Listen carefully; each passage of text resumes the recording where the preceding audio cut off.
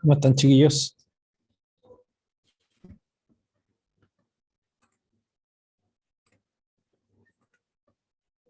¿Todo bien por sus hogares?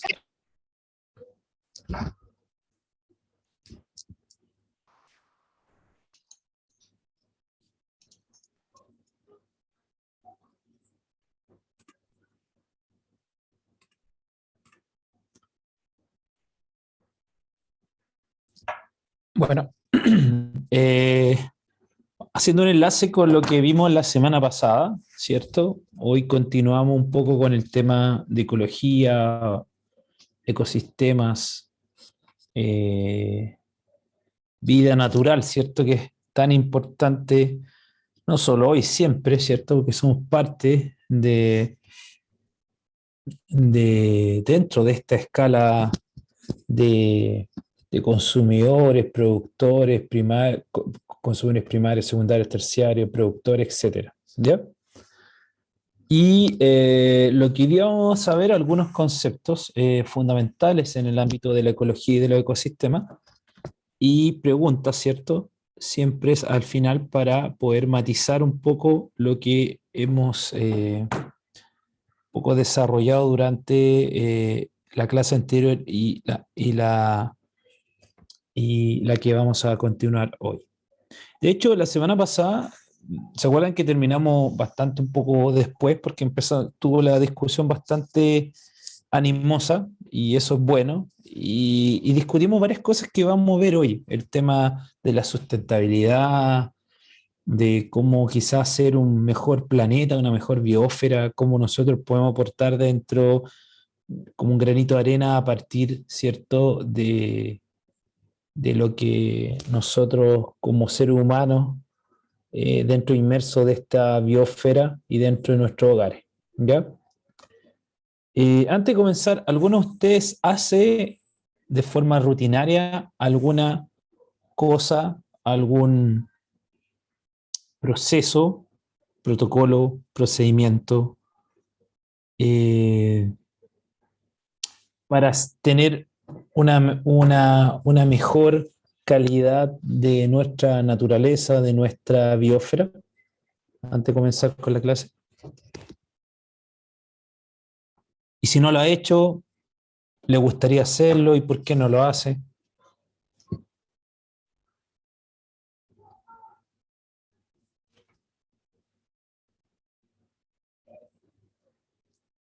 En mi casa reciclamos las cosas, Ya, genial. Reciclan todo, reciclan una parte. todo, todo. Ya, genial. Y después, donde vive, ¿tienen una especie de comunidad o usted por su parte lo llevan a los distintos centros de acopio? Sí, cuando ya tenemos muchas cosas, vamos como a un punto Punto verde. donde sí, donde están las cosas, entonces ahí dejamos todo. Excelente, Paula. Sí, bueno, yo también reciclo, ¿ya? Y vivo en una comunidad, un condominio, y hay hartas personas que reciclan, ¿ya? Y de hecho esta semana, la semana anterior, la municipalidad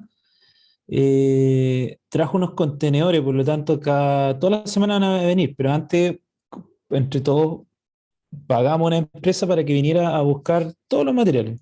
Acá se recicla, y de hecho también tengo ahí como unos gabinetes donde voy ordenando los cartones, el plástico, las botellas de vidrio, las latas. Obviamente siempre hay que lavarlas, higienizarlas. Hay una serie de tratamientos.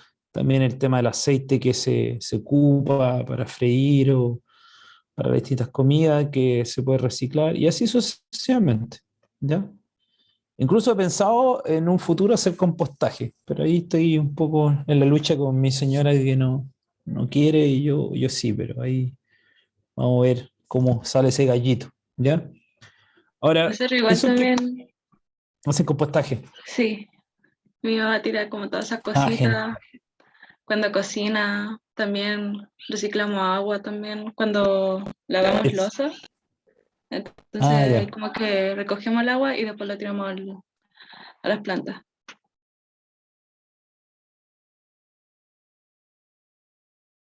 Eh, lo que bien dice Paola con el reciclaje del agua, sobre todo que ahora está crítico el tema de las lluvias, mucha esa agua, ¿cierto?, que se va al desagüe, puede tener un segundo destino, como bien dice su compañera, y en algunas casas hace un sistema alternativo para que eso no haya el desagüe, sino se junte esa agua, y de esa manera se puede reutilizar en un patio, en las plantas, en la vegetación que uno puede tener dentro de su casa. Entonces, eso también es una manera de reutilizar y algo tan crítico como el agua, ¿ya? Y es bueno, y la iniciativa es que ustedes pueden incentivar eso, ¿ya? La cantidad de basura, y vamos a ver de ahí un gráfico que está produciendo el ser humano es mucha, ¿ya? Y la idea es tratar de hacer una economía circular y que eso vuelva y de alguna manera eh, no termine en un basurero acopiado, escondido bajo la tierra o quemado, ¿ya? Sino que se recicle.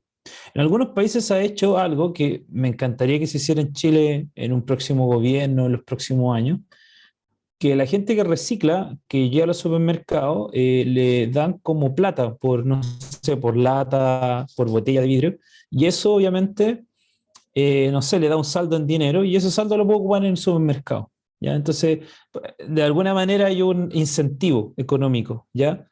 Porque finalmente construir, diseñar o hacer una manufactura de plástico o botella, la idea es que sea más sustentable económicamente para los que generan estos implementos, ¿cierto? Que lo reciclen, porque de alguna manera lo limpian, lo reutilizan y no se sigue dañando tanto el sistema. Ya la semana pasada se acuerdan que conversamos que el plástico era un problema bastante importante, o los microplásticos en los organismos marinos, ¿cierto?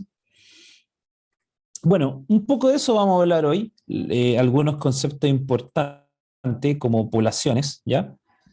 Y es un concepto muy importante que es la población. Probablemente todos sabemos qué es una población, es un grupo, ¿cierto?, de organismos de una misma especie. Obviamente difieren entre sí, pero tienen características muy similares o identificatorias para esa población, y que habitan en un área geográfica específica en un tiempo determinado. Podemos decir, ¿por qué un tiempo determinado? Podríamos hablar de los dinosaurios, ¿cierto? Del tiranosaurio Rex, del Albertosaurus, del Triceratops, que vivieron, o lo que hablamos, mega extinciones, además de los dinosaurios, los trilobites, las amonites, que vivieron en un tiempo y una condición dada. Bueno, esto también ocurre en la actualidad, ¿cierto? Tenemos distintos ecosistemas, tenemos una sabana, tenemos selva tropical, bosque valdiviano, desierto, altiplano, tundra, etcétera. Y por lo tanto ahí coexisten una población de organismos que tienen la capacidad de adaptarse a ese ambiente, ¿ya? Y obviamente compiten, ¿ya? Por un tema de celo, por un tema de dominancia sexual o geográfica, etcétera. Ahora, también uno puede generar algunos cálculos como la densidad poblacional, que es muy similar a la densidad poblacional, ¿cierto? Cuando uno quiere medir a nivel de geográfico o a nivel sociodemográfico en el ser humano, en un lugar, ¿cierto? En la capital, en un lugar más rural, Algüe, en un lugar más céntrico, Santiago Centro. Y ahí cómo se calcula la densidad es el número, la población, ¿cierto? Que convive o habita en ese lugar por la superficie en kilómetros cuadrados. Y ahí uno puede sacar habitantes por kilómetros cuadrados. Sabemos qué lugares de Chile o regiones sabemos que hay una densidad de población muy baja. ¿Algún ejemplo?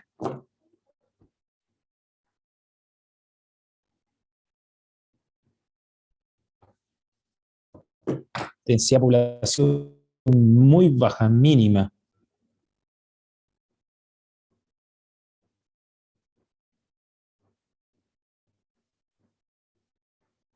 ¿Alguna idea? Fundamentalmente la región extrema. Yo pienso Coyhaique, la región de Magallanes, ¿cierto?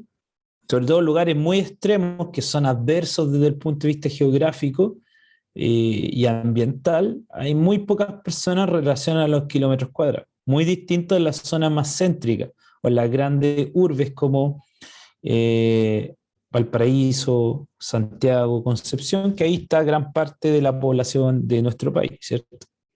Ahora, también hay otros factores que pueden afectar a la densidad poblacional, como es la tasa de natalidad, ¿ya?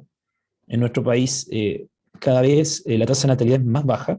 Vamos a ver algunos gráficos demográficos que pueden ir modificando, ¿cierto? El crecimiento de una población. La tasa de mortalidad, ¿ya? Probablemente la tasa de mortalidad este último año con el tema COVID ha aumentado considerablemente, ya porque en esta situación hay un factor adicional que es una enfermedad, ¿cierto? También pueden haber en algunas condiciones históricas guerra, pandemias como las que estamos viendo ahora, etcétera, que pueden llevar a una mayor tasa de mortalidad. Y obviamente la tasa de mortalidad previamente, antes de las vacunas, hace 50, 70, 80 años atrás, era mucho mayor. Por eso que muchas veces los abuelitos, ¿cierto?, nos comentaban, o nuestros padres que tenían muchos hermanos, pero que muchos de esos hermanos fallecieron tempranamente por condiciones higiénicas, de salud pública o por el no todavía uso de vacunas. Otra situación que es importante en la densidad poblacional son las migraciones. Las inmigraciones que corresponden a la entrada de individuos de población y a las emigraciones, salida de individuos. Y desde el punto de vista humano, ¿cierto? Los últimos años en Chile hemos recibido una gran cantidad de inmigrantes, lo cual ha cambiado un poco también la tasa de natalidad. Antes de que llegaran los migrantes, que era, ha sido población joven, había un gran aumento de la tasa de natalidad, lo cual beneficia a la población chilena, ¿ya? Considerando que antes de la migración la tasa de natalidad era bastante menor, muy baja, ¿ya? Y eso trae una serie de situaciones que pueden ser complejas en un futuro, sostener el tema de la fuerza laboral, lo que siempre se ha hablado el último tiempo, el tema de las pensiones, ¿cierto? Etcétera. En el caso humano. En el caso de los animales, obviamente, las inmigraciones también renuevan, comparando, si uno piensa en las aves, ¿cierto? Que migran fundamentalmente buscando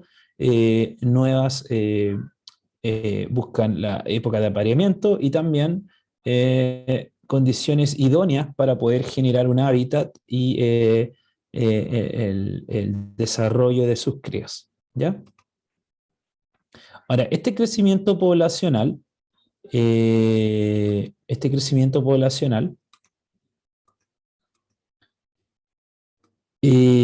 ir cambiando durante el tiempo y si ustedes se fijan, normalmente hay una franja óptima donde se ve una distribución, es como una distribución gaussiana que se habla en matemáticas, y ustedes ven que hay un pic, hay una franja óptima de crecimiento de individuos dentro de una población, ¿ya? Y se habla de un umbral de tolerancia asociado a ciertos factores que muchas veces son factores abióticos, factores ambientales, la luz, temperatura, el agua, la salinidad, etcétera. Y eso da que esos factores ambientales promuevan un desarrollo óptimo del crecimiento de población. Ahora, cuando esto cambia o los, eh, los organismos son sensibles a esta situación, puede derivar en una serie de situaciones que determinen una disminución del número de especies, ¿ya? Eso puede ser una sequía, un huracán, un tornado, un terremoto, etcétera. Tanto en la población de animales que coexisten o cohabitan en la naturaleza, como también para nuestra propia especie. De hecho, se habla también de animales generalistas, ¿ya? Y especialistas. Los generalistas somos como nosotros, que nos adaptamos, somos omnívoros, comemos de todo, y hay animales que se pueden adaptar fácilmente, se llaman generalistas. Y los animales especialistas no, solo tienen un tipo de dieta, un tipo de hábitat, y por lo tanto son sensibles a cualquier cambio. Y eso hace que sea más difícil, por ejemplo, tenerlo en cautiverio, o tener los encerrados. Otros factores que determinan el tamaño poblacional, podemos decir que hay animales o poblaciones de especies que son denso independientes y denso dependientes. Los denso independientes son principales por factores abióticos. Esto puede ser sequía, precipitaciones, un tornado, un huracán, etcétera. Y los densodependientes son principalmente factores bióticos que regulan el tamaño de una población. Por ejemplo, hay una gran cantidad, lo que hablamos la semana pasada de los depredador y presa, si hay una gran cantidad de consumidores primarios, lo más probable es que hay una también desfasadamente genere una mayor cantidad de depredadores. Pero si resulta que hay una baja cantidad de animales herbívoros o animales de caza, lo más probable es que eso eh, determine que hay una cantidad muy baja de depredadores, ¿cierto? Porque ellos se sostienen su alimentación a partir de estos animalitos pequeños, ¿ya? Por lo tanto, el crecimiento poblacional, eh, nosotros como seres humanos tenemos un efecto muy importante basado en nuestras actividades humanas, extractiva, minería, forestal, etcétera, ¿ya? Que es un poco lo que conversamos la semana pasada. Bueno, hay patrones de crecimiento poblacionales que pueden cambiar en el tiempo. Podemos encontrar un crecimiento exponencial, es cuando la tasa de nacimiento es continua a través del tiempo y nunca se ve obstaculizada por ausencia de alimentos o presencia de enfermedades. ¿Ya? Esto tiende a ser poco realista porque sabemos que la cantidad de alimentos muchas veces es limitada y esa cantidad de alimentos limitada determina que efectivamente sea la piedra de topes. ¿Ya? Eso lo hablaba ya en la época de Darwin, con la evolución de la especie, la teoría de la evolución de la especie. Hay un economista llamado Malthus y decía que todas las especies tendrían que tener un techo de crecimiento debido a la cantidad de alimento que puede haber. De hecho, de eso en el segundo, el crecimiento logístico, habla de que hay una capacidad de carga. Hay una máxima carga o un máximo tamaño de población, porque obviamente no se van a agotar los recursos son finitos y no puede haber un aumento en el tiempo infinito de población, considerando que el número de recursos es finito. ¿Ya? Por eso que ¿se acuerdan que la semana pasada yo les conversaba que cuando es el Día de la Tierra se habla de que en ese momento la Tierra, cuánto ya hemos gastado? O sea, si lo tomamos como año calendario, el Día de la Tierra no me acuerdo cuándo es, no sé si en octubre, mitad de año, pero cuando es el Día de la Tierra, ya en ese momento ya nos faltan recursos para llegar a fin de año. Y es porque tenemos una tasa de crecimiento, una tasa de uso, una tasa de descontrol, de depredación, de consumo de recursos, que es muy amplia, considerando que ya somos cerca de 8.000 millones de seres humanos. Entonces eso hace que sea complejo cualquier situación desde esa perspectiva. ¿Ya? Profe, Dígame. y si la tasa de crecimiento exponencial no es realista, ¿por qué se supone que existe realmente? ¿Hay alguna especie que presente esa tasa de crecimiento? Las bacterias. Las bacterias pueden tener un crecimiento exponencial. O sea, esto quiere decir que en un pequeño tiempo, en una vidriorreloj, en una cápsula, en un cultivo bacteriano, podemos ver una gran cantidad de bacterias en pocas horas. Ahora, las bacterias tienen la capacidad de que son organismos súper arcaicos y por lo tanto tienen la capacidad de adaptarse mucho. Por eso han estado millones de años y van a estar siguiendo millones de años. Probablemente el ser humano va a desaparecer y la bacteria no sigue existiendo. ¿Ya? Pero tiene una Profe, capacidad. pero tampoco hay algo que limite el crecimiento de las bacterias. Bueno, ahí lo que limitaría, buena pregunta, es un poco el espacio, porque obviamente esa cápsula o ese cultivo tiene un espacio, ¿cierto? Y por lo tanto va a llegar un momento que no pueden seguir creciendo por una cuestión de, de espacio, de convivencia. Pues es como si estuviéramos acá todos nosotros en una sala 2x2. Puede que estemos como dos personas, pero ya que lleguen 10, 12, se vuelve incómodo para poder respirar, para poder comunicarnos, para poder girar, para poder comer, etcétera. ¿Ya? Ah, ya, sí, entonces ese sería como el único limitante que tiene.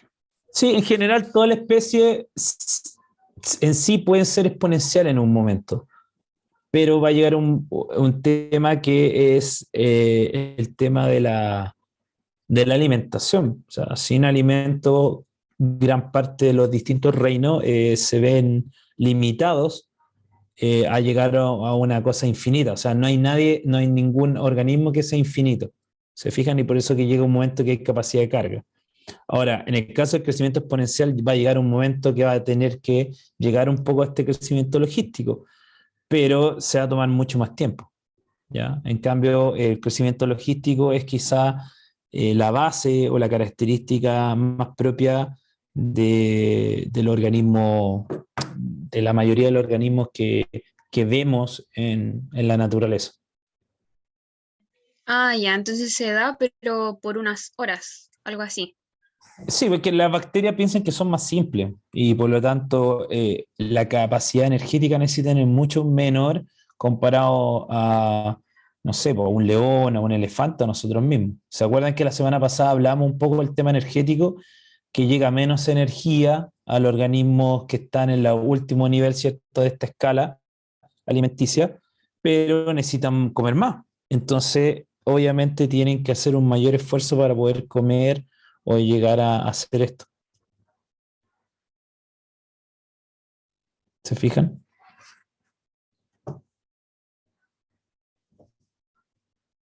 ¿Alguna otra duda, consulta? No, profe, se entiende. Gracias. Bueno, y uno a veces lo ve, bueno, en documentales o cosas así, donde ve animales que hacen grandes cosas para poder lograr llegar o sobrevivir. Hay una película antigua que se llama La Marcha de los Pingüinos, no sé si lo he visto.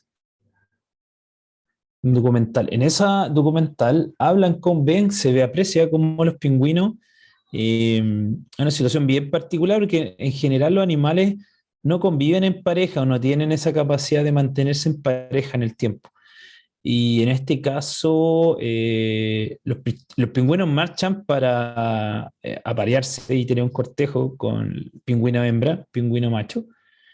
Y el pingüino hembra se va al mar y se queda a cargo el huevo el pingüino macho, ¿ya? Y entre las piernas deja el huevo calentándolo, porque obviamente si se enfría se va a morir o no va a llegar al desarrollo idóneo.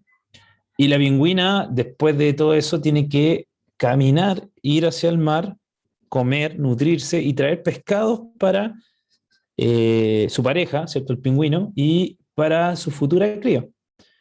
Pero en esa cosa que es de vida y muerte, ¿cierto? Que es el ciclo de la vida, muchas pingüinas mueren cazadas, ¿cierto? Por focas, por otro tipo de depredadores, y ese pingüino, sin saber que va a llegar o no va a llegar, puede que su cría muera. Y lo más espectacular es que cuando llegan, son miles de pingüinos y cómo reconocen y solo con el canto se pueden ubicar y encontrarse esas parejas y llega el momento que el huevo, ¿cierto? Eclosiona y sale el pingüinito y regurgita, ¿cierto? Que es mucho lo que hace la ave, lo tienen en su boca y se lo dan al pingüinito para que empiece a crecer.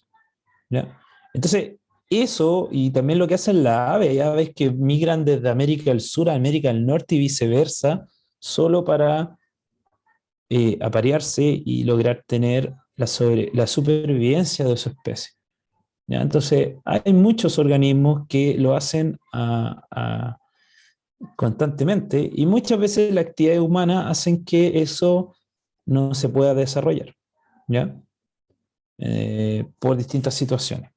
Entonces, por eso es importante, nosotros somos parte de esto, entonces debemos ser capaces de poder encontrar un equilibrio dentro de las actividades humanas que desarrollamos. Si no, nos va a costar bastante caro. Ya lo estamos viendo lo que les comentaba el tema del agua. En la región metropolitana y gran parte del país hay un déficit de agua, de lluvias.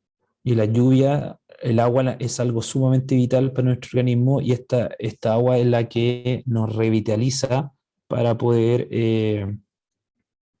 sobrevivir. El agua es esencial en nuestra vida. ¿Alguna otra duda?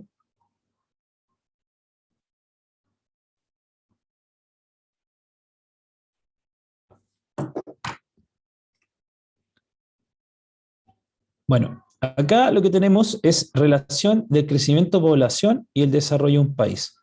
Esto lo podemos ver un poco en el lado más humano, ¿cierto? En las actividades humanas.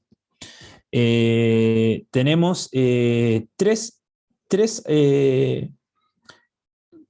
pirámides, ¿cierto? Desde el punto de vista del desarrollo demográfico, ¿ya? En esto acá el eje, los colores, ¿qué significan? El celeste o azul es hombre y el rojo es mujer, ¿ya? Y en el eje Y van los distintos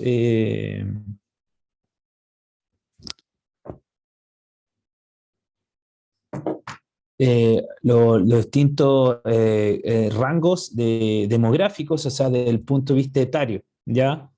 Obviamente los que están más bajo acá son las personas más jóvenes, o los niños, o los bebés, hacia las personas que son más longevas, o los adultos mayores, ¿ya? Y bueno, acá están los porcentajes. Entonces podemos encontrar tres tipos de pirámides demográficas. La progresiva, que normalmente es de una población con alta natalidad, como se observa, y de mortalidad progresiva. Y normalmente es característico de países subdesarrollados, ¿ya? Hay una alta tasa de natalidad y por lo tanto hay una gran cantidad de personas pre-reproductivas o muy jóvenes, infantes. Después tenemos una pirámide campana, ¿cierto? Que normalmente hay un equilibrio entre los grupos de edad, ¿se fijan?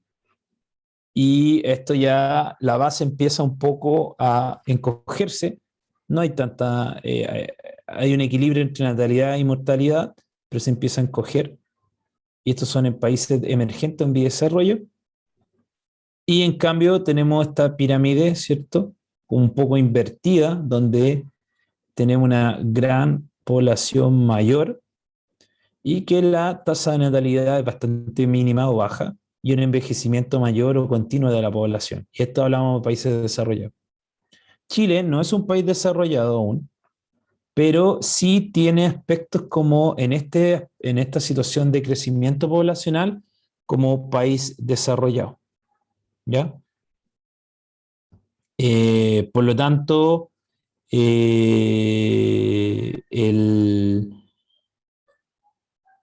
el flujo migrante que ha llegado en los últimos años eh, ha revitalizado un poco la natalidad y ha permitido modificar un poco esta pirámide demográfica en la cual ha habido poca tasa de natalidad. ¿Ya? Obviamente esto... Profe, Sí, dígame.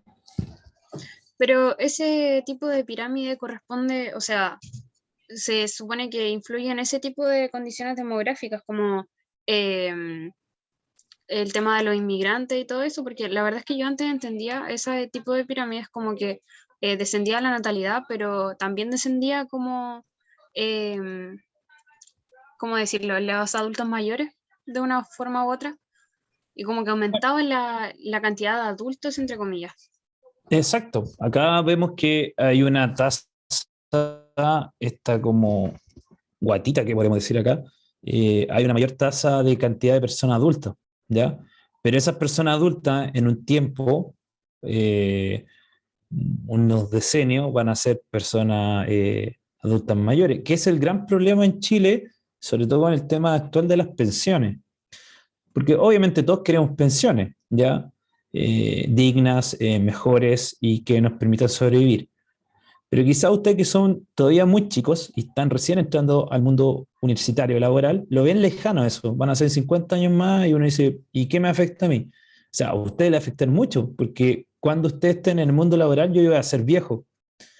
Y por lo tanto, ¿quién va a tener que mover el país? ¿Quién va a tener que mantener esas pensiones? Van a ser ustedes.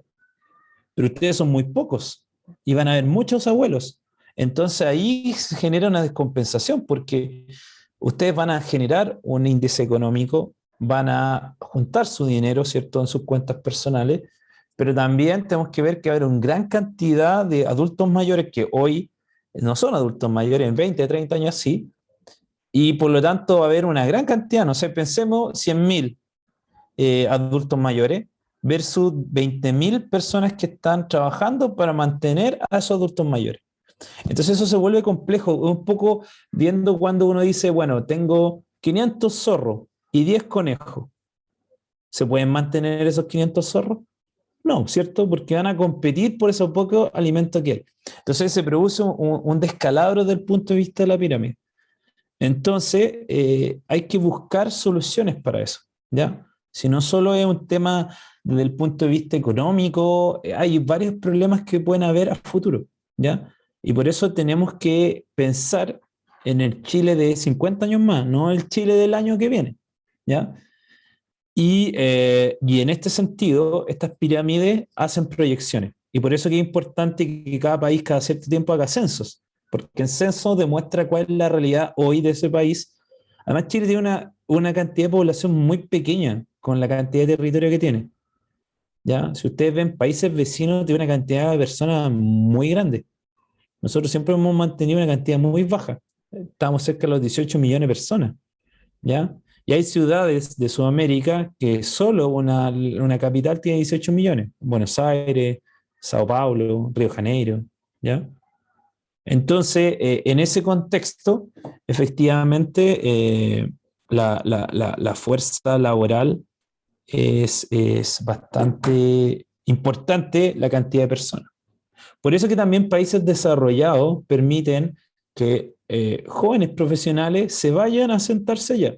Buscan ciertos profesionales que ya no tienen o no hay mucha fuerza, no sé, enfermera, algún técnico automotriz, etcétera, y les dicen vayan. Y además les fomentan, si tienen hijos, les vamos a dar bonos, porque de esa manera están incentivando a que haya población joven, fuerza laboral. ¿Ya? Entonces, acá mezclamos un poco la parte biológica con la parte económica, ¿ya? Que lamentablemente están de alguna manera enlazados en este mundo, ¿cierto? Que nosotros coexistimos, ¿ya? Y ahí obviamente tiene un poco razón lo que decía Malthus o lo que describía Darwin sobre el tema de que la especie es tan limitada a la alimentación. En este caso, la especie humana está limitada al tema económico, ¿ya? Muchas veces se habla del PIB, ¿cierto? De ciertos parámetros económicos que para nosotros son un poco desconocidos, como un poco abstractos, pero esos parámetros son los que promueven, ¿cierto? Eh, Algunas cosas que son eh, importantes para la población o para el desarrollo de una población, en este caso humana. ¿Ya? Profe, Dígame. y en el caso que usted decía, como de que hubieran pocos jóvenes y muchos adultos, ¿eso a largo plazo después no produciría como una especie de triángulo invertido o pirámide invertida? Exacto. Se genera una gran población, una poca natalidad, pocos adultos que tengan un desarrollo laboral y una gran cantidad de adultos mayores. Ahora también, otra condición que puede generar mayor cantidad de adultos mayores es que las condiciones sanitarias, clínicas, epidemiológicas es mucho mejor que hace 100 años atrás. Ya alguien llegar a los 60 años antiguamente, hace 100 años, era algo casi milagroso. Hoy la población en Chile es cerca de en el caso de la mujer es muy cercana a los 80 y en el caso del hombre un poco menor, ¿ya? 75 me parece.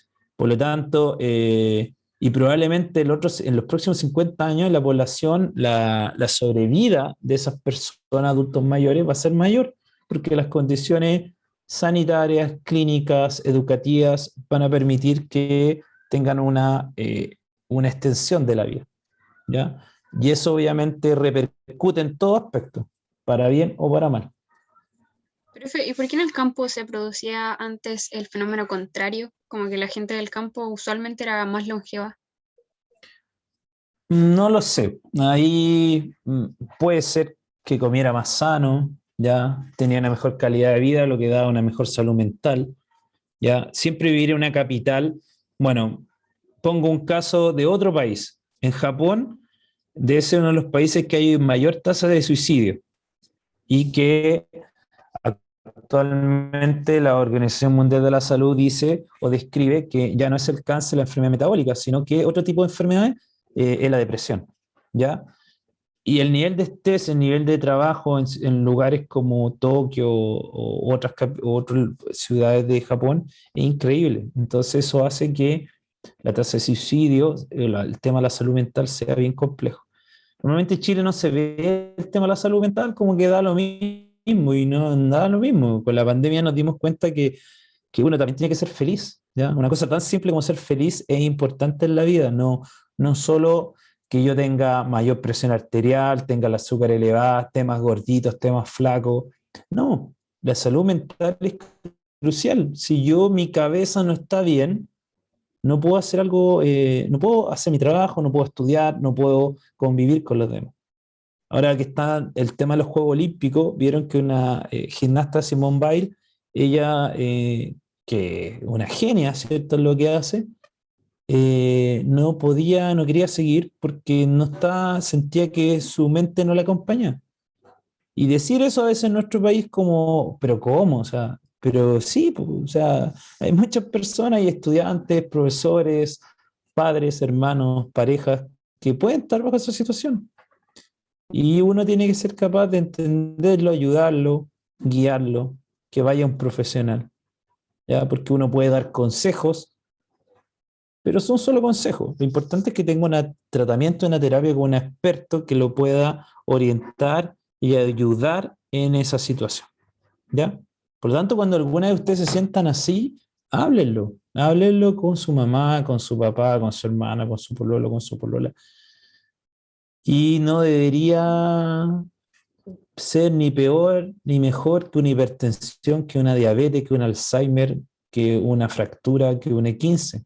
Es algo que se puede dar y lo mejor, nuestro cerebro maneja todo lo demás. Por lo tanto, es importante poder tener una terapia, ¿ya? Por lo tanto, la salud mental es lo primero. Si nuestro cerebro no está bien, difícilmente todos nuestros órganos o tejidos y sistemas fisiológicos van a poder andar de buena manera, ¿ya? Y eso un poco también nos ha enseñado la pandemia. Eso también traduce como el típico cliché de que somos mente y cuerpo en conjunto, no por separado. Exacto, exacto. La mente es crucial.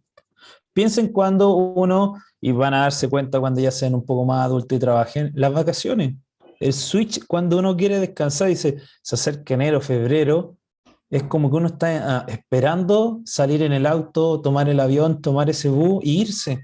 ¿Por qué se quiere ir? Porque quiere descansar su mente, su cuerpo, quiere dormir más, no sé, ver un atardecer, ir a un bosque, ir a otro lugar del mundo, etcétera. Y eso el cerebro sabe. O sea, piensen, le digan, no, se van de vacaciones. La frustración que hay en ese organismo, en ese cerebro, porque lo tenía todo planificado, y piensa en todo lo que ha frustrado el tema de la pandemia, en hogares de ancianos, nosotros mismos encerrados mucho tiempo en casa, no poder salir a ver a los amigos, a la familia, etcétera. Muchas personas hacían actividades físicas que no podían hacerlo porque estaba un poco prohibido y todo lo que repercute, cómo cambia el cerebro de una persona que, no sé, todos los días andaba en bicicleta a pasar meses encerrado y no poder andar en bicicleta. Entonces, efectivamente la salud mental es crucial en el desarrollo humano.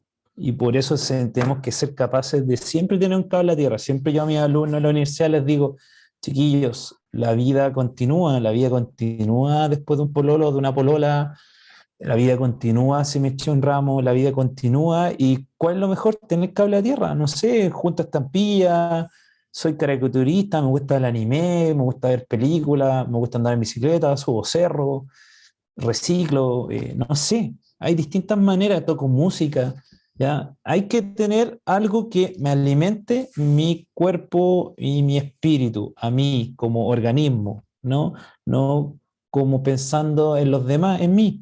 ¿Cuál es el tiempo que yo me doy para mí, ya como persona?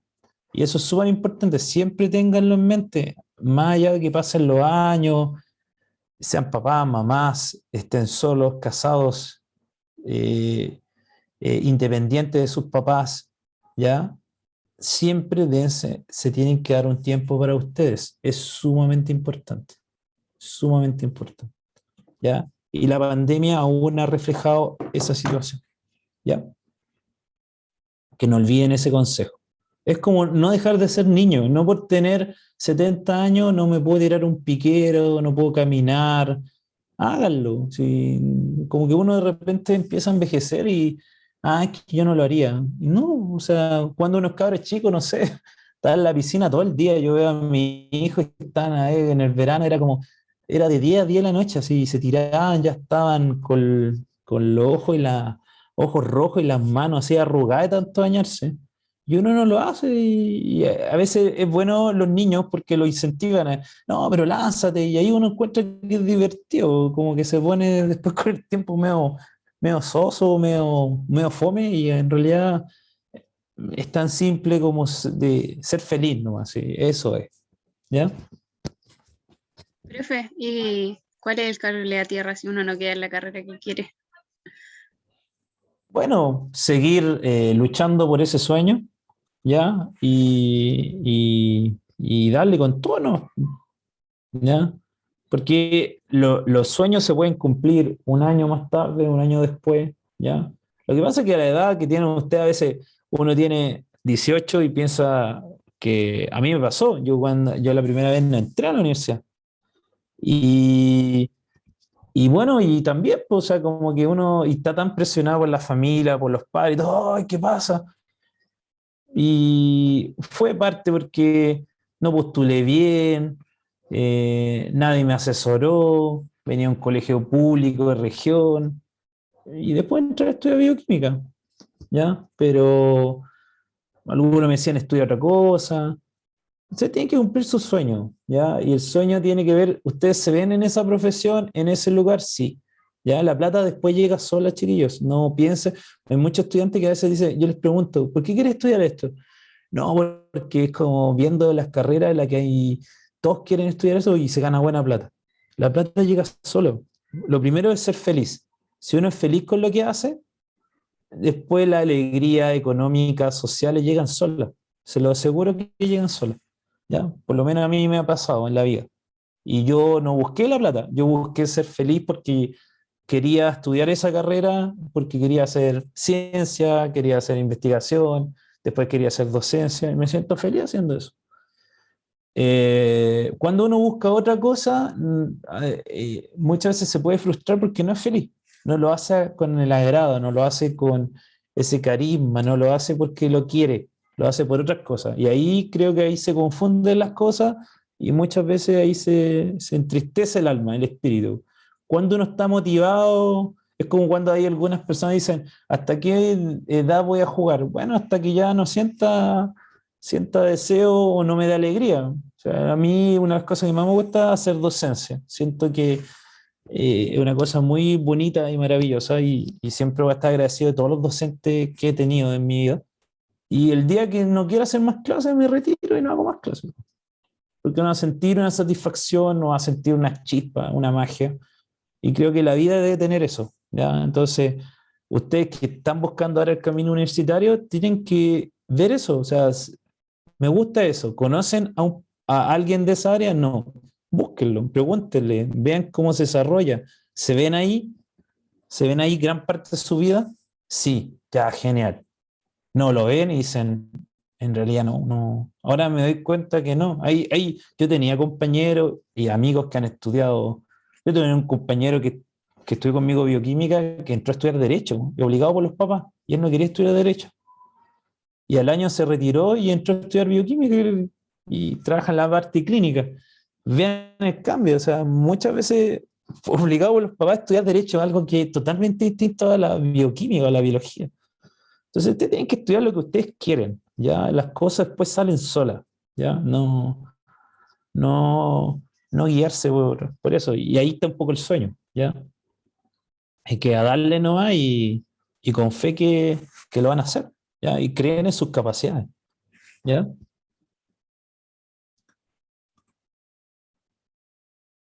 Bueno, hay efectos de la actividad humana, y eso lo discutimos la semana pasada, ¿cierto? El ser humano, les comenté la semana pasada que quizá es el mayor depredador de la historia, ¿ya? El mayor destructor de la naturaleza de forma directa e indirecta. ¿Ya? Por lo tanto, las actividades humanas, sobre todo extractivas, minería, forestal, la salmonera, la basura, el consumo de combustibles fósiles, etcétera, lleva a una serie de situaciones, como el efecto invernadero, una consecuencia que hablamos la semana pasada de lo que hace invernadero, que hacen que haya una gran cantidad de gases, ¿cierto?, que se concentran en la atmósfera, la radiación solar amplifica la temperatura y estamos viendo grandes cambios desde el punto de vista climático. Ya le comenté la semana pasada, habían habido en Italia del porte de una pelota de tenis. Se me fue el nombre, ¿cómo se llaman estas? Me ayudan. No es nieve, ¿cómo se llama? ¿Granizo? Granizo, eso, exacto, granizo. Acá, en la región metropolitana, hay una sequía enorme, no ha llovido nada. Y la región metropolitana depende del embalse del Yeso. Y si no hay agua, eh, ¿qué va a pasar? Siempre el ser humano, la agricultura dependió de las lluvias. Aún más si son muchas más personas, más millones de personas que quieren comer, la ganadería, etcétera. Entonces, frente a eso, es sumamente potente el tema del efecto de la actividad humana. Miren, acá hay un gráfico donde dice la cantidad de basura, unidades por metro cuadrado del 2008 al 2028. Esto fue el 2016, era la proyección, ya, o sea, han pasado 5 años. Fíjense que si colocamos acá, 2016 es cerca de 2 veces la basura. Y en 10 años aproximadamente, el 2028, se va a duplicar la cantidad de basura. Por eso es tan importante el tema del reciclaje, ¿ya? De cómo podemos eh, no ser nosotros nuestros propios jueces o de alguna manera forjar nuestro destino hacia algo negativo, hacia nuestra propia especie. Y ahí estamos en eso. ¿Cuántas reuniones se hacen para bajar las emisiones de CO2, la huella de carbono? Les comenté la semana pasada o anterior cuando vimos fotosíntesis que el sol es gratis y el sol nos puede alimentar durante millones de años. Todas las actividades humanas que desarrollamos con energía. Hace 50 o 100 años era imposible, no sabíamos, no entendíamos, no teníamos las tecnologías. Hoy sí las tenemos y como las tenemos lo podemos hacer, ¿ya? Y hay nivel científico, hay recursos. Lo que pasa es que seguimos por el tema del combustible fósil. Hay un tema ahí económico muy grande con el tema del petróleo. Entonces, lamentablemente, no sé, tendrá que acabarse el petróleo para que pasemos a otras tecnologías y se puede. Hay auto eléctrico, hay camión eléctrico, antenas poco eficientes. Hoy hay hasta Fórmula 1 eléctrico, ya que han hecho alguna carrera acá en Chile, en la región metropolitana, en enero. Entonces se puede, ¿ya? Hay buses eléctricos circulando en la región metropolitana. Se puede, pero hay que darnos cuenta que estamos todavía a tiempo para mejorar y esperemos que podamos lograr hacerlo, porque es compleja la situación. Yo veo muy complejo Y esto no depende de uno, o sea, uno puede hacer algunas pequeñas cosas, como decía Paola, como yo hago en mi casa, pero son dos granitos de arena entre 8.000 millones de personas, entre distintos gobiernos, entre distintos estados. La idea es aunar todo eso y lograr hacer toda esa situación. ¿Ya?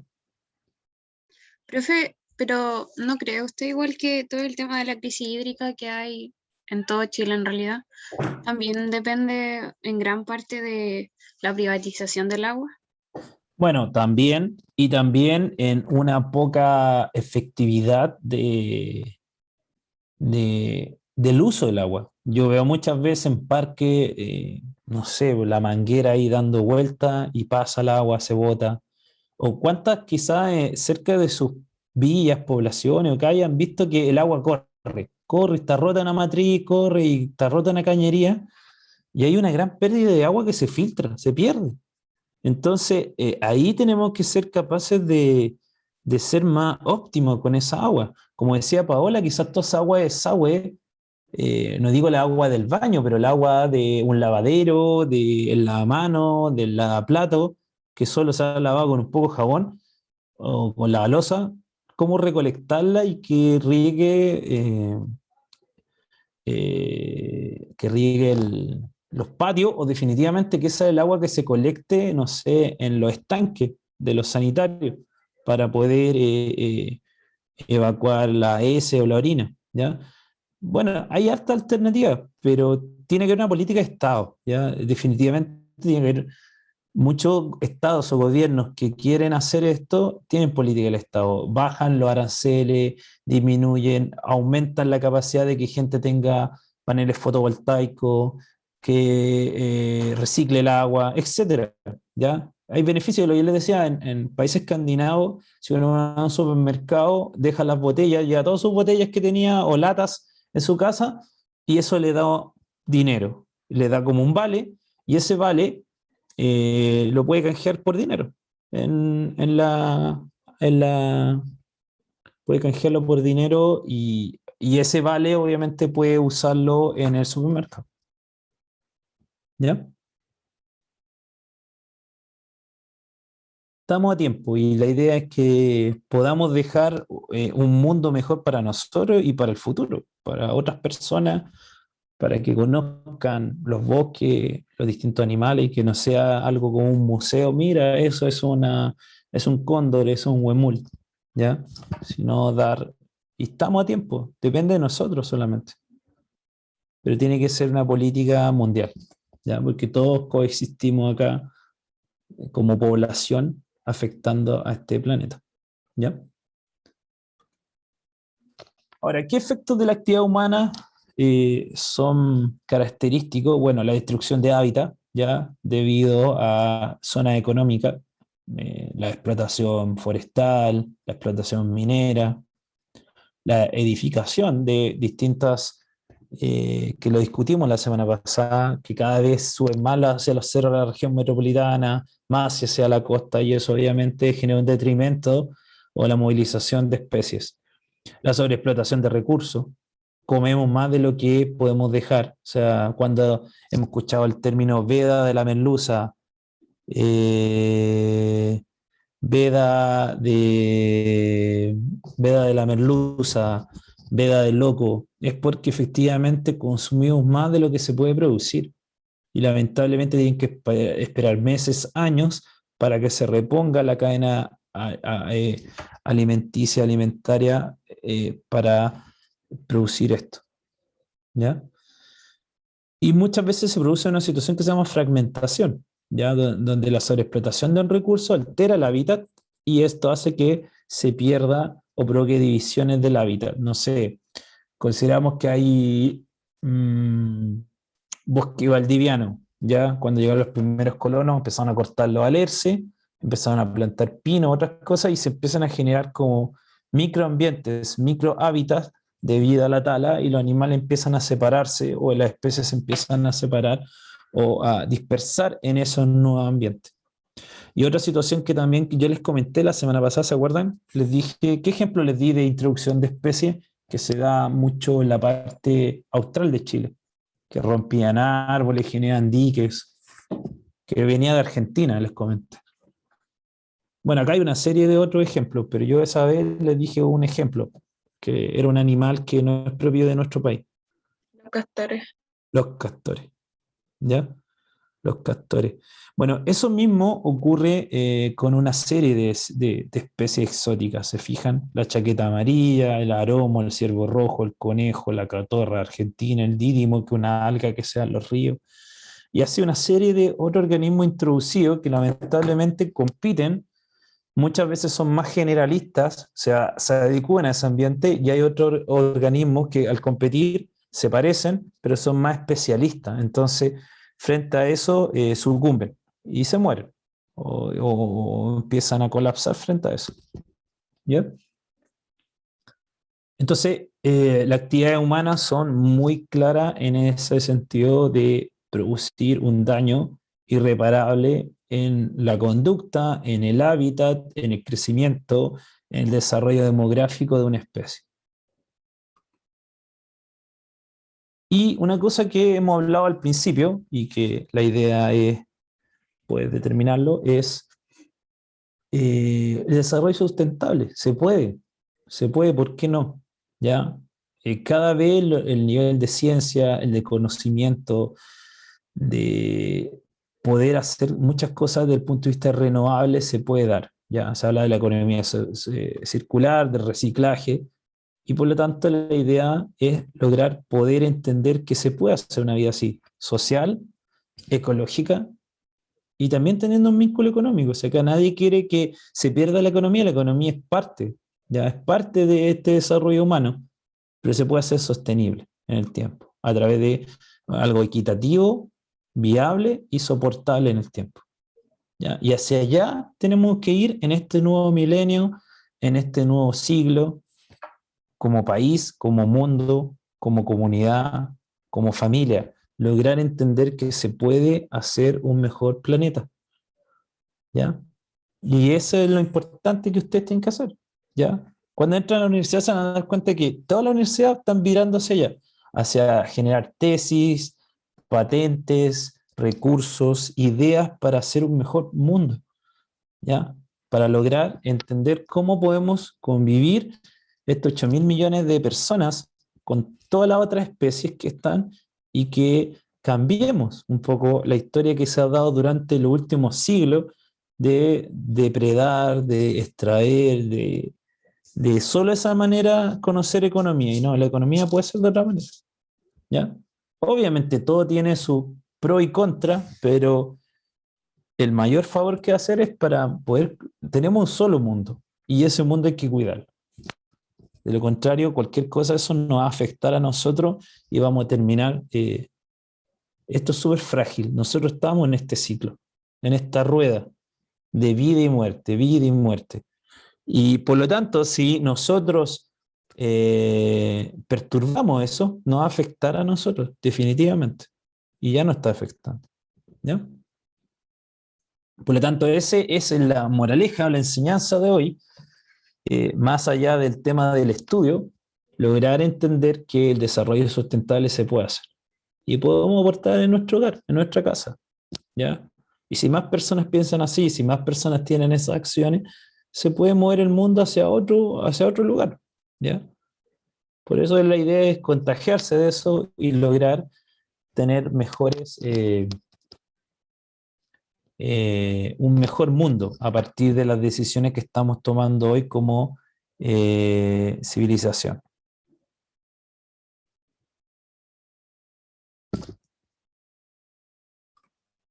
Bueno, vamos a ir con las preguntas, ya, que son muchas preguntas, obviamente, que han salido en otras pruebas en relación a los aspectos de población, a los factores de actividad humana y ecología que hemos estado conversando y un poco desde la semana pasada.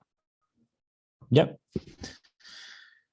Bueno, en esta primera figura nos dice, la siguiente figura muestra las consecuencias de un plan de explotación forestal sobre un hábitat boscoso continuo. T1 y T2 corresponden al estado del área antes y después de la explotación. O sea, el T1 era así esa condición boscosa, y T2 después del plan de explotación. Entonces, ¿cómo se llamaba esto? ¿Se acuerdan? Que yo les comenté recién. Y les puse un ejemplo del punto de vista forestal.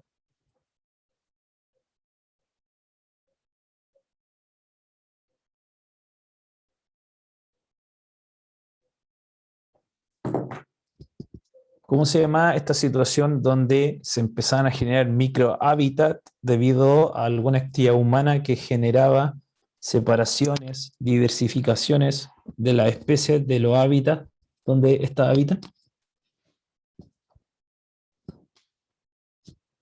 Que se los comenté hace un momento.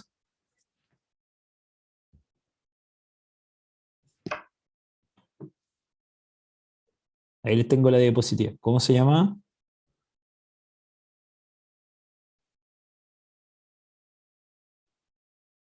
Destrucción de hábitat.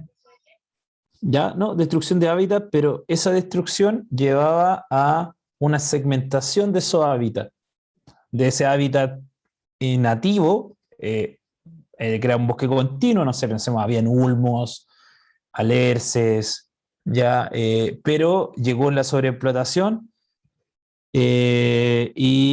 derivó en que esto se rompiera y generara hábitats diversos y se separara. Eso se llama La fragmentación. Exacto, fragmentación. Entonces, vemos acá que T1 sería la situación normal y después la sobreexplotación de bosque, ¿cierto? No nativo o introducido. Entonces, en relación a lo que estamos viendo, ¿cuál sería la alternativa más correcta en relación a la figura?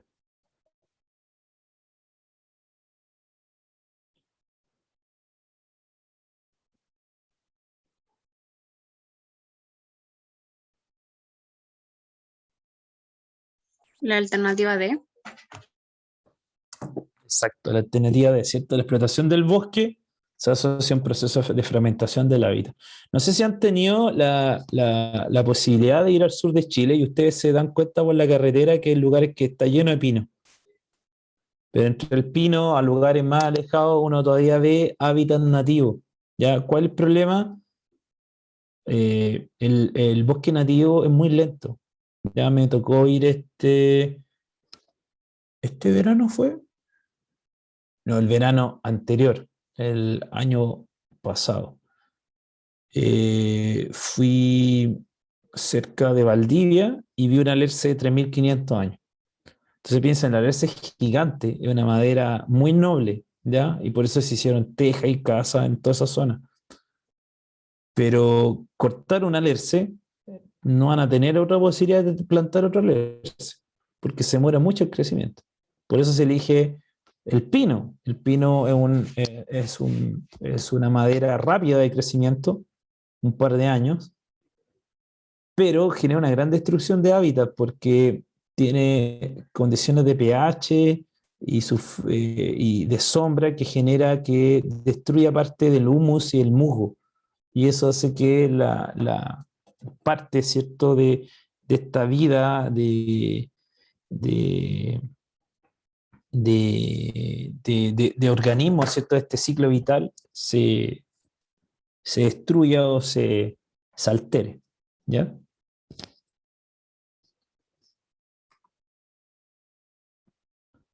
Dos, para que una población de mamíferos tenga una tasa de crecimiento positiva, se debe cumplir que A, el porcentaje de la población en edad reproductiva sea el más alto.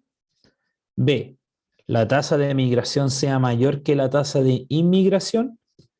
C, la proporción de machos sea igual a la de hembras.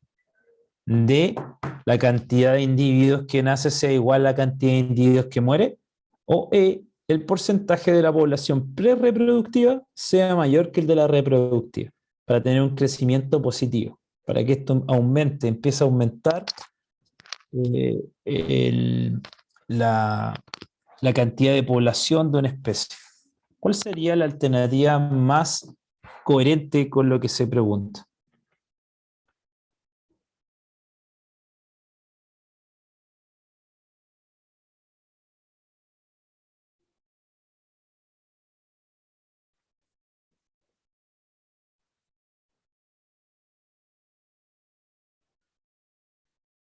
La alternativa E.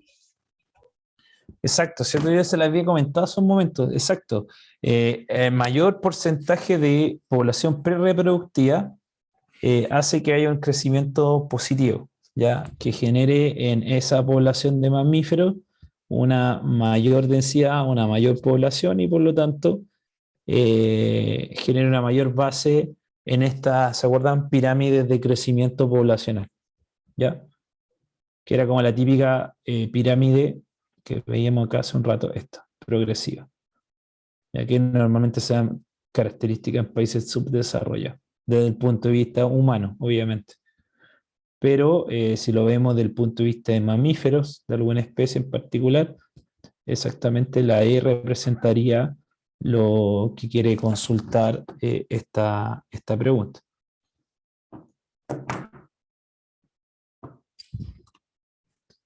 Otro gráfico nos dice, el gráfico muestra la curva de crecimiento proyectada de una población, dividida en tres etapas, número de individuos, desde 1650 al 2100, que es lo que se proyecta, ¿cierto?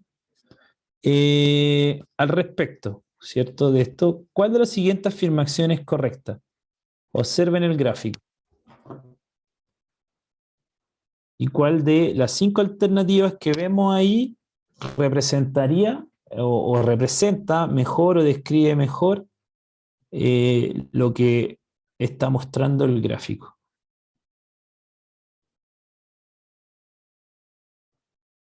La alternativa A. Tendría, ¿por qué la A? Porque dice que en la etapa 3 la población disminuye. Y eso es lo que se ve en el gráfico, que el número de individuos va disminuyendo con relación al crecimiento en el nivel 2, que sería Exacto, mucho más exponencial. exacto, porque el 2 va, efectivamente es como tiene una descripción mucho más exponencial, ¿cierto? Un crecimiento explosivo, ¿cierto? Desde este tiempo hasta el final de 2 es explosivo, pero después si ustedes ven el crecimiento es mucho más lento y se mantiene en una meseta, en una capacidad de carga, ya que no puede seguir creciendo, limitado fundamentalmente por distintas situaciones, puede ser alimento, etcétera. ¿Ya? Entonces sería la A. 4. Al estudiar una población de un roedor herbívoro endémico de Chile, ¿qué significa endémico?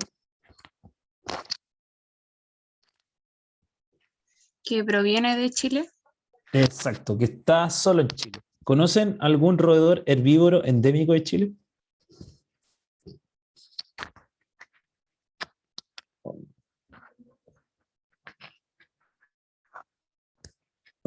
Mejor más que un roedor, hagámosla más simple. ¿Algún animal que sea endémico de Chile, que solo lo encontremos en Chile?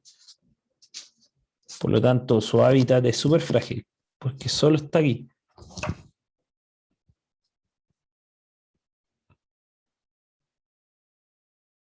El huemul. El huemul, ¿cierto? El monito del monte, la ranita de Darwin, el pudú, el pudú. El puma, porque puma lo podemos encontrar hasta en Colombia, durante toda la cordillera de los Andes. El pudú, el huemul, la ranita de Darwin. Profe, ¿Ah? el guanaco, no estoy segura. Sí, porque ahí está compartido con parte de Bolivia y Perú y Argentina en el Es altiplano. que claro, por eso no estaba segura. Eh, Ahora, cuando decimos endémico, un animal que solo está en un lugar, no sé, pienso en el ornitorrinco, en Australia, ¿cierto? El koala, el canguro. ¿El coipo podría ser? Sí, sí, sí. Entonces, todos esos animales son frágiles porque viven en un ambiente, en un lugar y es difícil poder. Son muy especialistas, o sea, pierden eso y empieza a desaparecer. ¿Ya? Se supone que el huemul, cuando Chile todavía había más poblaciones indígenas y había más bosque hacia la región metropolitana y hacia el sur. El huemul llegaba hasta estos lugares. Pero obviamente debido a la actividad humana podemos ver, además el huemul es bastante tímido, igual que el pudú. Esos tipos de ciervos tratan de arrancarse cuando hay ser humano, y lo encontramos en parques nacionales solamente. ¿Ya? Bueno, y esa es un poco la importancia de los parques nacionales. Culturalmente es proteger la vida silvestre. ¿Ya? Me ha tocado ir a varios parques nacionales y quizá el más que me ha gustado es las Torres del Paine. Pero también las Torres del Paine hay un gran flujo de turistas y personas. Y también hay uno ve que ciertas conductas que los zorros, lo que se dice, se tienden a guachar, porque ven personas acampando, ven personas comiendo y se facilita el comer. Pero eso también es malo porque hace que los animales dejen pierdan ciertas características de ser silvestre. ¿Ya? Lo que yo les decía en Punta Choros que se da, que personas alimentan a los animales y después si, por ejemplo, vino la pandemia, no fueron más, se acostumbraron a comer y ¿qué hacen ahora? Entonces hay que tener mucho cuidado. Uno a veces lo mal entiende el ser humano y dice, pero es que lo estamos cuidando dándole comida, ¿no? Le están dando comida que él no come, no debe cazar, ¿ya? No come pan, ¿ya? No come galletas, no come papas fritas, ¿ya? Él tiene que cazar roedores. Y además eso también genera una perturbación de todo el ciclo alimentario, porque si no caza hay más ratones, ¿ya? Entonces hay también un control de la plaga, de roedores, etcétera. Entonces estamos alterando la vida silvestre. Uno la tiene que observar como cualquier otro animal que esté dentro de esa escala, pero no ni introducir otro organismo ni manifestar cambio alimentario, porque eso puede ser crucial en la cadena alimentaria. ¿Ya? Bueno, acá nos dice que al estudiar una población de un roedor herbívoro endémico de Chile, se identificaron 3 situaciones que le afectaron directa y significativamente. ¿Cuál de estas situaciones es o son clasificadas como factor o factores denso-dependientes? Si no se acuerdan de eso, vamos a ir hacia atrás. ¿Qué era denso-dependiente? Perdón. Acá. Denso-dependientes son principalmente factores bióticos y denso-independientes son factores abióticos. Por ejemplo, denso-independientes son un huracán, las precipitaciones, etcétera. Y los denso-dependientes son principalmente factores bióticos que regulan el tamaño de una población en torno a un valor de equilibrio. ¿Ya? Teniendo eso claro, volvemos a la pregunta. ¿Y cuáles serían de estos factores denso-dependientes? 1, el desarrollo de minería en zonas cercanas. 2, la disminución de los árboles disponibles. 3, el aumento del número de sus depredadores de este roedor.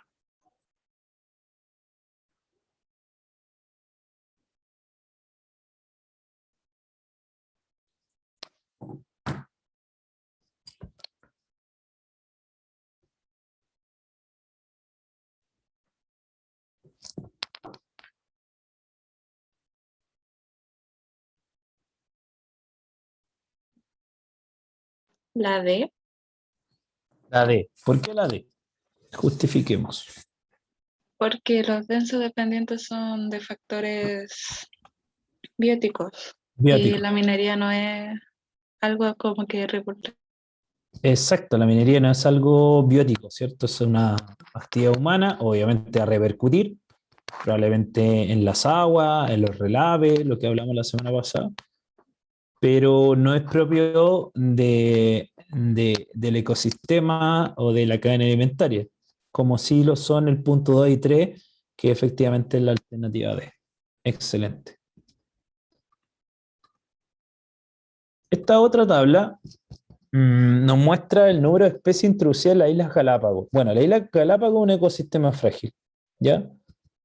Porque una isla ya que tiene ciertas características volcánicas y que obviamente separó en ese archipiélago de los Galápagos donde hay muchas islas, hay distintos organismos y no en todos son iguales porque hay distintas condiciones de flora y fauna.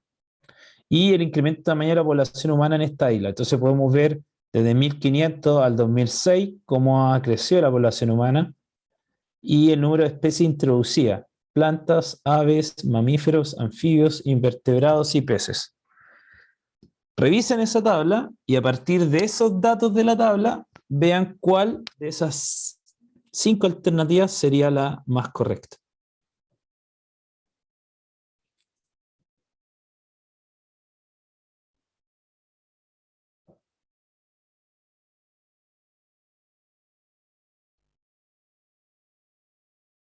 Revísenla bien.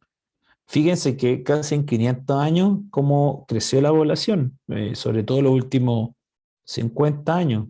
Se, se quintuplicó casi la población. Sextuplicó la población de seres humanos que hay.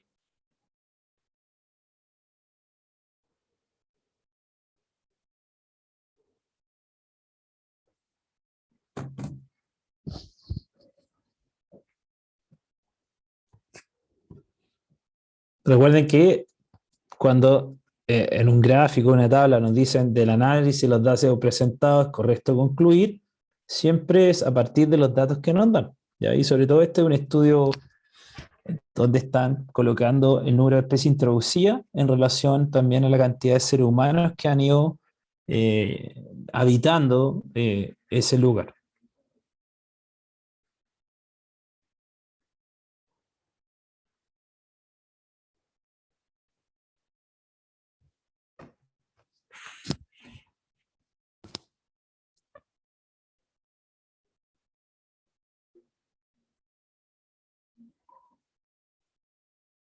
La alternativa C podría ser, profe. La C dice: del total de especies introducidas en las islas, el porcentaje de mamíferos es mayor que el de las aves. ¿Qué dicen el resto de sus compañeros?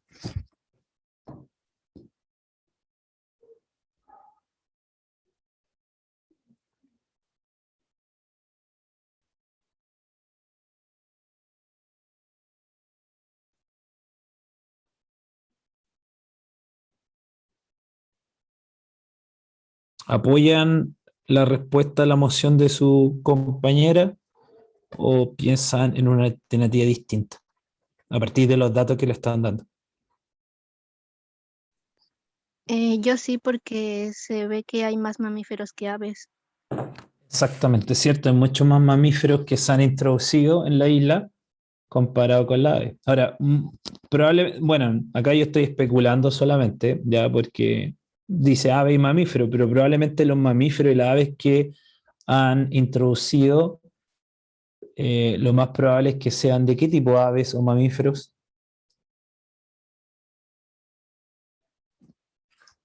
Sean aves de como gallinas, ¿cierto? Aves de crianza y mamíferos también de crianza o ganadería, para poder sustentar, ¿cierto?, la alimentación de los seres humanos que están en la isla, ¿ya? Pero Profe, además, el análisis que hice como con esta pregunta, por eso igual me costó un poco, porque las demás alternativas como que no decían nada que representara en el gráfico, o sea, en la tabla.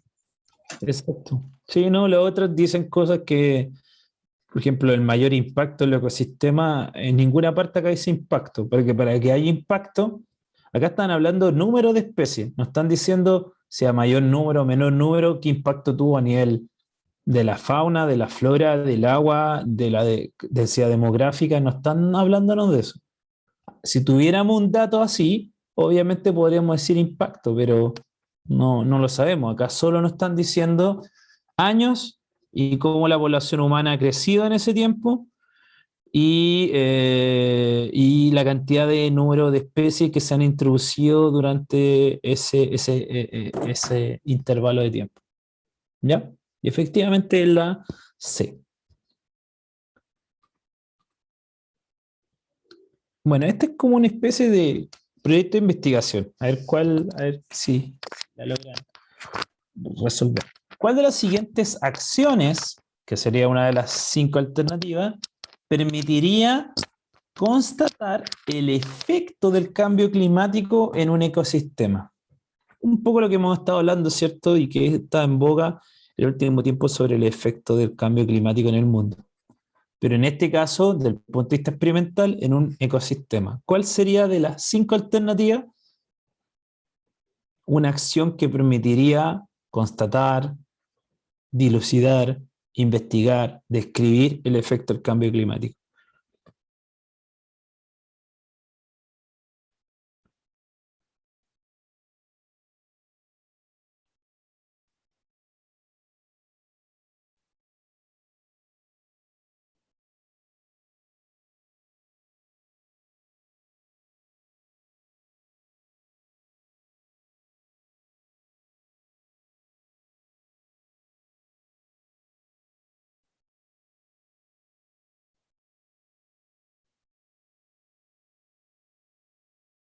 Podría ser la C. La C dice, evaluar distintas poblaciones de roedores en el desierto y compararlas con las de los últimos 50 años. ¿Ya? ¿Alguien dice otra alternativa? ¿Quiere refutar a su compañera? ¿La apoya? Recuerden que la idea es poder discutir esto, ¿ya?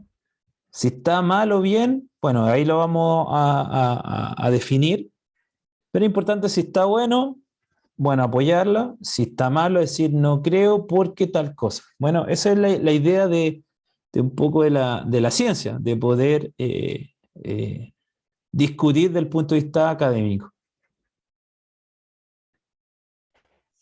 La verdad es que quisiera discutir, pero estoy de acuerdo con mi compañera.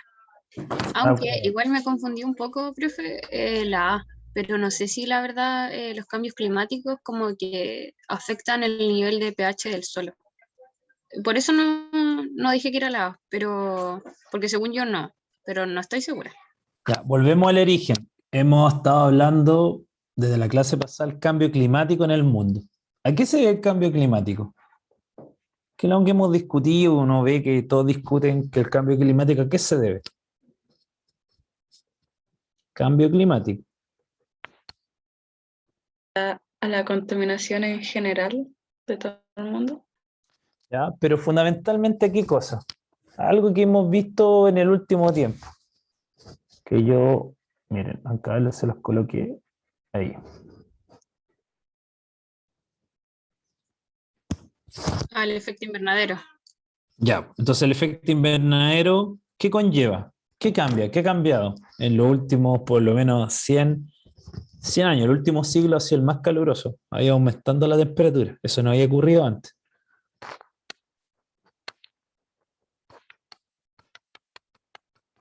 Produce ese mismo efecto que aumenta la temperatura de la Tierra. Aumenta la temperatura, ya, perfecto. La tenemos, eso claro, ya. Entonces, si nos vamos nuevamente a esta pregunta. Acá. Constatar el efecto del cambio climático en un ecosistema. Vuelvan a leerlas.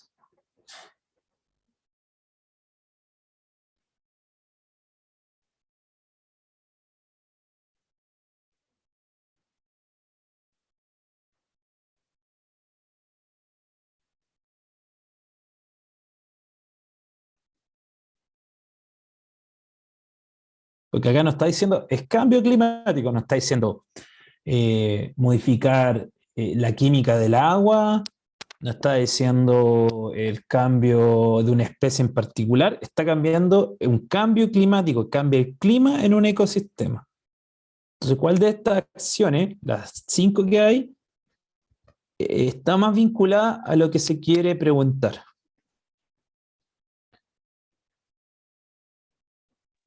Claro, la C. ¿La C? Yo creo que la B. La B, ya. A mí me llama la atención ahora la D, pero no, como que hay algo que no, porque como dice, constatar el cambio del efecto climático, como que tendría que comparar con otros años para saber que hubo un cambio, entonces como que me da más o menos por ahí. Pero excluyamos primero, eliminemos cuáles no.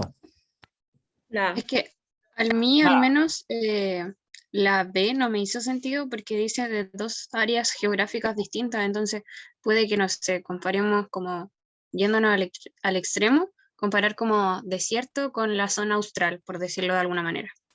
Exacto, estoy Entonces, comparando. como eh, el- estaríamos comparando cosas muy distintas y no podríamos determinar si realmente hubo algún cambio en el sí, efecto del cambio climático.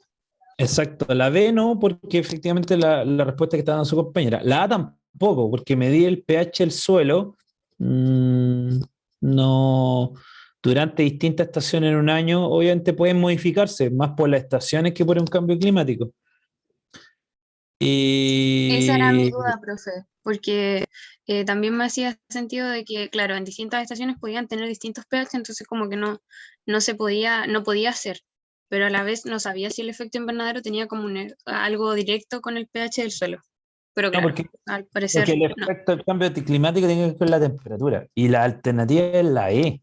Relacionar los registros de temperatura de un área geográfica con población de insectos en los últimos 40 años. ¿Qué se ha hecho con el cambio climático en los últimos 100 años? ¿Qué se ha medido? La temperatura. ¿Y cómo ha afectado en distintos ambientes? En Noruega, en los glaciares de Chile, en el Amazonas. Obviamente se ha ido registrando. Y eso son las evidencias que está diciendo que efectivamente hay un cambio climático, porque la temperatura ha ido aumentando en grados. Lo último, si ustedes buscan en internet o en algún libro, van a ver que el registro de los últimos años es dramático el cambio de temperatura en el mismo lugar medido durante los últimos 100 años. ¿Ya? Y en este caso, acá se está haciendo un registro de la temperatura de un área geográfica. Acá lo que se está sumando es que están mirando una población de insectos, ya en un ecosistema. Acuérdense que ecosistema es lo biótico con lo abiótico, área geográfica con organismos. ¿Ya? Porque está hablando de ecosistema, no de lugar eh, físico o geográfico solamente. Acá está viendo la comunión tanto de los organismos que viven ahí durante los últimos 40 años. Profe, ¿Sí? y la B, para que estuviera correcta, tendría que decir medir la temperatura de un área geográfica en un invierno durante, no sé, 10 años y analizar su diversidad de especies, algo así. Exacto. Ahora, también uno podría medir el nivel de precipitaciones durante los últimos 20 años. Y uno ahí se daría cuenta que hay un cambio climático porque no está lloviendo, ¿se fijan? Porque hace 20 años llovía en julio, el índice de los milímetros era tanto y ahora ya no es tanto. O sea, ya es muy baja la cantidad de agua que está presente. Profe, entonces no es solamente el cambio climático, no tiene que ver solamente con la temperatura, tiene que ver también con el nivel de precipitaciones. No, es que una lleva a la otra. Al haber un cambio de temperatura, al cambiar la temperatura y al modificarse esta temperatura, conlleva a modificaciones en las conductas de precipitación, de pluviométricas, ¿ya? Que ha modificado. O sea, si uno se fija en imágenes de los 80 en Santiago, el Mapocho se desbordaba. No sé si han visto alguna vez una imagen donde como, no sé si es un escarabajo, como que se lo lleva el río Mapocho. Y el río Mapocho originalmente bajaba por la Alameda, que antes se llamaba Lo Cañada, ¿ya? La Alameda de las Delicias o Bernardo Higgins ahora. Por ahí ese era el otro brazo del Mapocho. Y cuando ha llovido mucho, por ahí baja el Mapocho también. Pero obviamente uno ve el Mapocho ahora y da pena porque no hay agua. Pero hace 30 años atrás el Mapocho iba llenito hasta arriba, hasta el puente. ¿Ya? Entonces ahí uno se da cuenta que ¿por qué no llueve así? Porque hay una situación de cambio climático. ¿Ya? Y ese cambio climático, ese aumento de temperatura, este efecto invernadero, obviamente afecta a otras condiciones, ¿ya? La sequía, las precipitaciones, etcétera, ¿ya? Pero acá queremos constatar el efecto del cambio climático. Ahora, la B podría ser, ¿cuál es el problema que ustedes indicaron? Que es el tema de que hay dos áreas geográficas distintas, ¿ya? Y debería ser la misma área para comparar. esta figura que vemos acá representa los cambios de la densidad de población de dos especies de roedores, una de tamaño corporal y tamaño de camada muy similar, pero uno es nativo y el otro introducido. A partir de este gráfico, ¿qué podemos decir?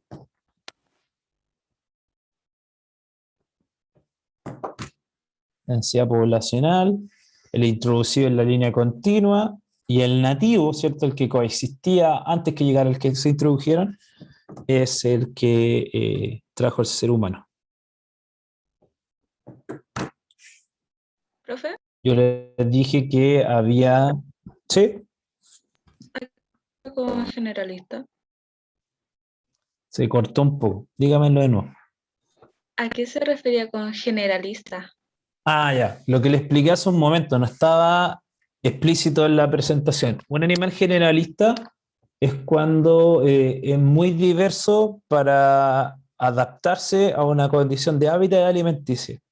En cambio, un animal especialista es cuando su dieta y su hábitat es muy estrecho, muy limitado y por lo tanto no se adapta. Ya, por ejemplo, el pudú. El pudú vive en un ambiente patagónico, Coyhaique, Aysén, el extremo sur. Si el pudú yo lo traigo a, no sé, a algún bosque, alguno que quede por acá en la región metropolitana, no se va a adaptar porque quizás no está su alimentación, no están las condiciones ambientales y probablemente va a sucumbir, comparado con otro tipo de ciervo bajo las mismas características. ¿Ya?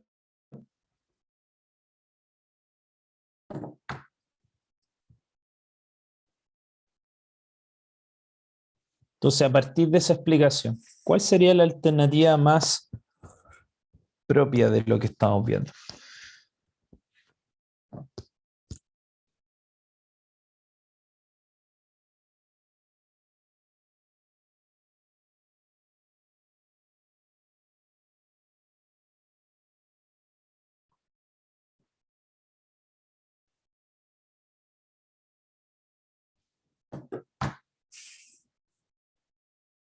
A partir de lo que estamos viendo en el gráfico.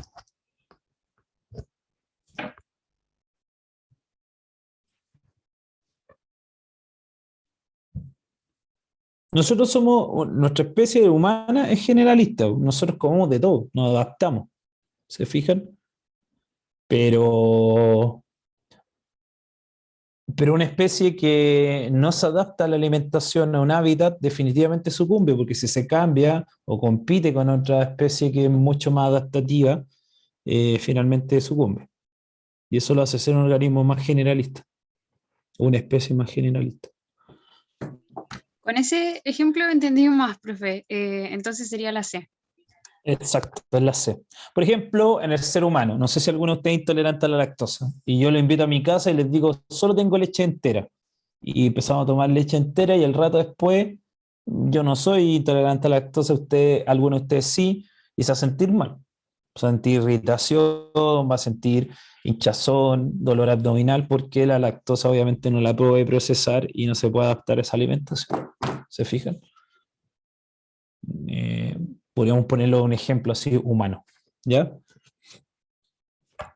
Eso, ese parece que, y ahí está la última, me parece, pregunta. En este último gráfico muestra los cambios en la tasa de natalidad, línea continua, y la tasa de mortalidad, línea punteada, que ha experimentado en un país en vía de desarrollo durante los últimos 100 años. Al respecto, es correcto afirmar que este país presenta en la actualidad, ¿qué cosa? Si yo me voy acá al final, en la actualidad, ¿cuál sería lo correcto afirmar en relación a este gráfico que vemos acá?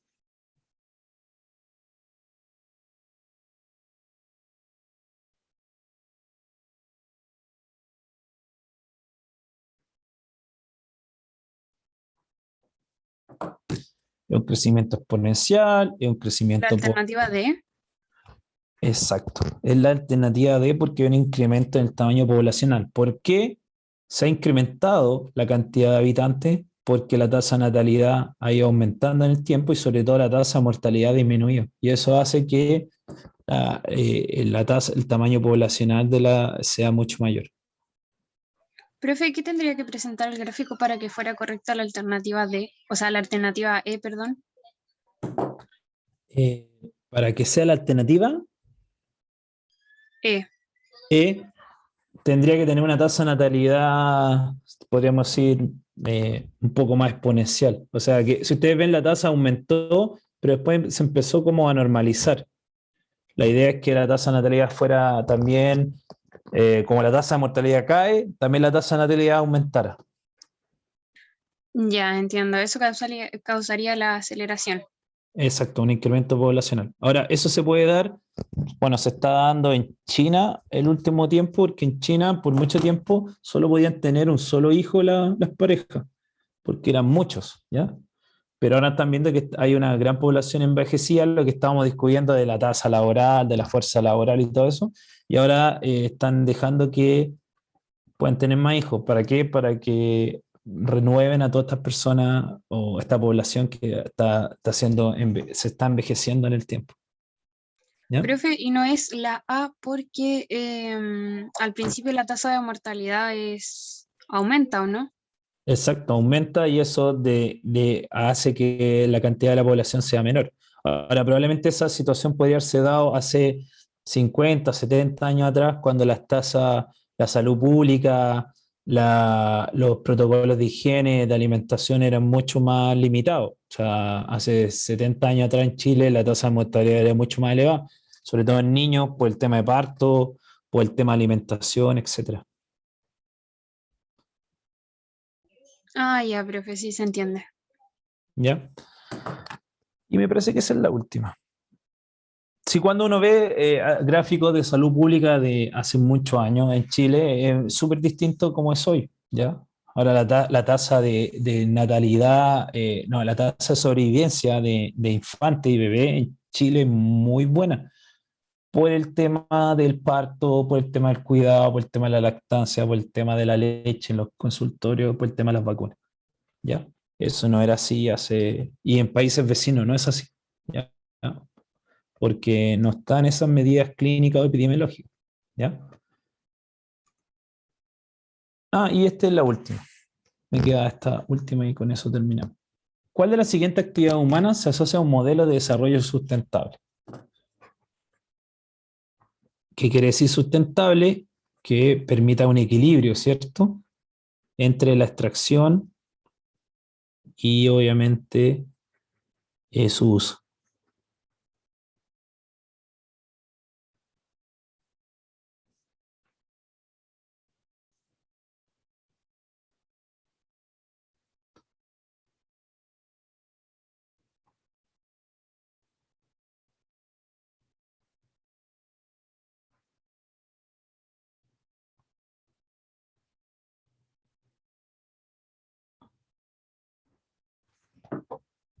La alternativa D. Exacto, ¿cierto? La extracción de molusco, una tasa que no sobrepase la tasa reproductiva del recurso. Por eso que se hace el tema de las vedas, dicen, bueno, sacar ostiones, sacar choritos, sacar salmones, etcétera, bajo un cierto periodo para poder generar un crecimiento sustentable en el tiempo. ¿Ya? Estos chiquillos, no sé si queda alguna duda final, comentario antes de terminar.